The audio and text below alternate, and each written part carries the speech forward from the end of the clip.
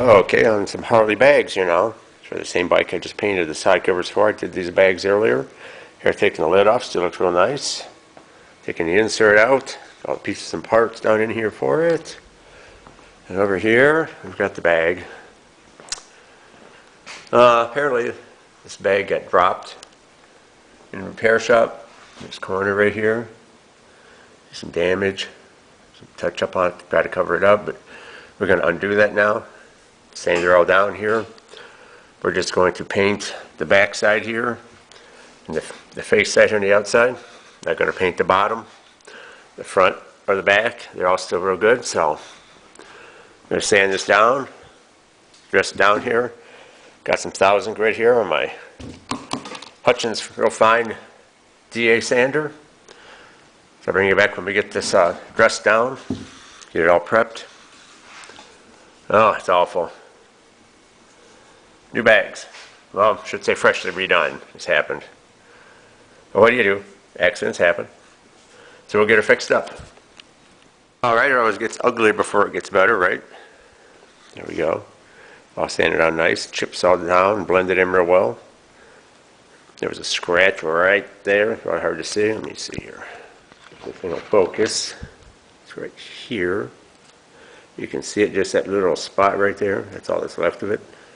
Everything should cover nice with that. The other one's sanded out up through here. I have sanded this all the way along this line. That should make everything work out well for me. I'm just going to blend the paint in here on the corner. These tri-stages can be tricky to blend. The color I'll just blend right around the area right here. Just knock it off just enough to cover the spot here. The tri-stage I'll have to blend back a little ways, and the hard part about this is I don't want it to lay on top of the clear out here so much that it shows through when I re-clear the rest of it. So that's always a tricky part with the tri-stage. So we'll see what I decide. If I'm going to blend it just down the corner and go, hopefully I won't get the halo from it, or if I'll have to repaint this whole side with the base and the tri. So I'll decide on that as I get ready here. I'm going to bring you back when we make more progress with it. Oh yeah. Do about a 320, a soft block. That worked this in real nice right here. Then come back, like I said, with my Hutchins fine DA with 1000 grit on it. These are just 3M 1000 grit disc. I like these plastic film discs. They seem to last real well. A little pricey, about $1 a disc when you break it down, but you get the job done quickly. Real nice smooth finish on this now. If I do just spot this in and blend it, this will all buff in real nice. So I spot it in and blend it. I will not clear the whole thing. I'll just spot my clear in also. Then I'll take a little bit of reducer and burn the edge in. I'll soft tape this bottom off. And where I don't want to get paint on, I'll soft tape this edge right here. Some people say, oh, it's just that much, you should just paint it all. Well, what's the challenge in that, right? All right, bring you back as we make more progress. All right, I made another decision on this.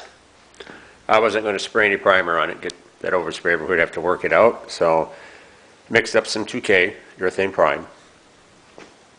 4-to-1 mix on it. Took a little brush and just dabbed her in. I know we're heavy on the spot there now. I was afraid we showed depression, even after I feather sanded all that out. So this is just a little insurance on this, just to be sure it doesn't show.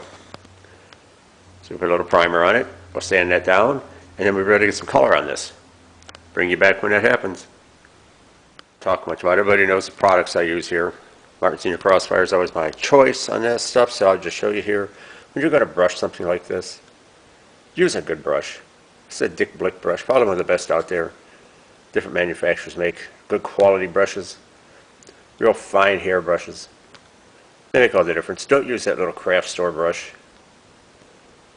You get these at different paint supply stores. They're always better. A few dollars, but they last a long time if you take care of them.